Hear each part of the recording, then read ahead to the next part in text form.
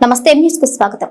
Mandapeta municipal council సాధారణ సమావేశం chairman Pattivada నూక దుర్గారాణి అధ్యక్షతన జరిగింది. ఎక్స్ అఫీషియో సభ్యులుగా ఎమ్మెల్యే వేగుల జోగేశ్వరరావు, ఎమ్మెల్సీ తోట త్రిమూర్తులు పాల్గొన్నారు.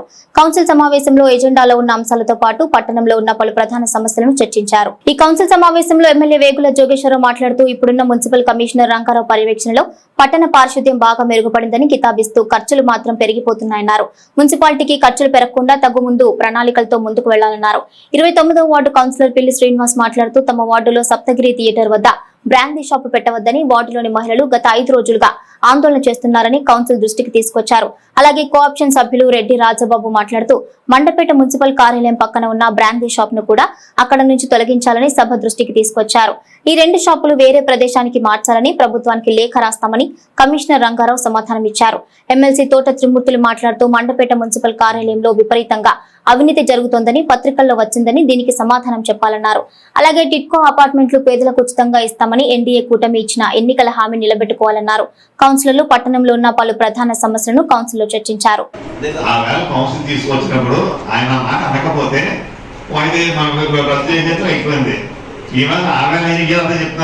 ఆయన అడగాలి లెక్క పుచ్చుకోవాలని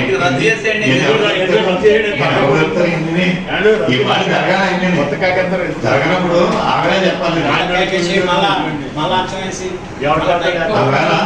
ఒకసారి కమిషన్ గారు అభ్యంతరం పెట్టాలి. ఇప్పుడు ఎల్పీ ఎలాగిస్తాం మనం, నేను లీగల్గా ఎలాగిస్తారా ఉంటే మాత్రం వస్తే కోర్టులో కేసు మన లికేషన్ అదిగితే ధర్మ సంఖ్య చెప్పండి నాకు. కోర్టులో ఉండగా మనం క్యాన్సిల్ చేసే రైట్ ఉందా? క్యాన్సిల్ చేయొచ్చా? ఇన్ఫర్మేషన్ ఇస్తాం ముందు, మనం అనుమతి అక్కర్లేదు కదా.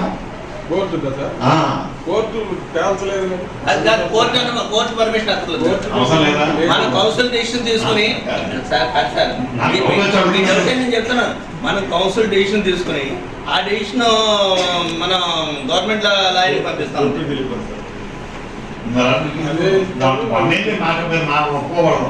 అయితే దీన్ని మళ్ళీ టెండర్ పిలవడానికి అయితే అది క్లోజ్ అవుతుంది, కానీ టెండర్ పిలవడానికి లేదు. ఏ పోస్ట్ ఇస్తారు ఇది ఇవ్వడానికి లేదు. ఇది ఎందుకు మనం వేస్ట్ అయిపోతుంది డబ్బంతా. ఇప్పుడు మీరు పొలకొందకొని జీవిస్తున్నాం, దాని మీద మీరు మన పేపర్లు మీ అందరూ చూసి ఉంటారు. ఓటో దాకా వెళ్దాం కానీ ఎందుకు అనుకుంటున్నారు. 149 బ్యానర్ 4 నెలల క్రితం వాళ్ళు ఇచ్చామని చెప్పాం.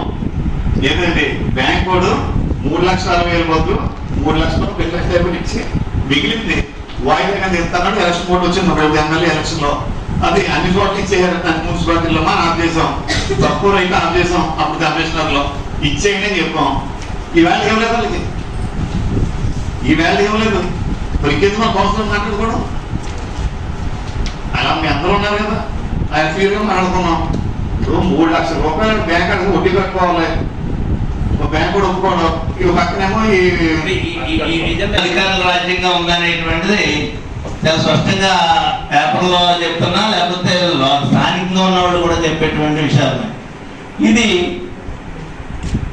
పాలకపక్షంగా వైఎస్ఆర్ పార్టీకి కానీ, అధికార పక్షంగా మరి తెలుగుదేశం పార్టీకి కానీ ఇది అందరికీ చెడ్డ జరిగేటువంటి కార్యక్రమం. ఎందుకంటే పాలకపక్షంలో ఉన్నాం అనేటువంటిది మాకు ఇబ్బంది అవుతుంది, అధికారంలోకి వచ్చిన తర్వాత అధికార పార్టీ కాబట్టి ఇలా జరుగుతుంది అనేటువంటిది వాళ్ళకి ఇబ్బంది.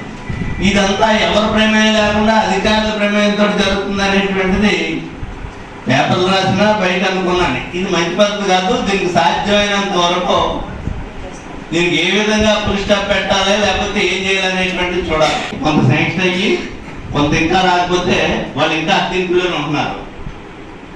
అది వెళ్ళిన తర్వాత వాళ్ళు ఏమన్నా అక్కడ అవసరాలు ఉంటే చేయమంటే చేయటానికి కూడా మనకు అవకాశం ఉంటుంది. వెళ్ళి అక్కడ ఉండేటువంటి ఇబ్బంది లేదని చెప్తాను. అది కూడా లేదు. ఎక్కడోళ్ళు అక్కడ ఉన్నారు, అక్కడ బ్యాంక్ వాడు అప్పిచ్చిన మధ్య పరీక్షల నుంచే ఇంట్రెస్ట్ క్యాలిక్యులేట్ చేస్తాడు.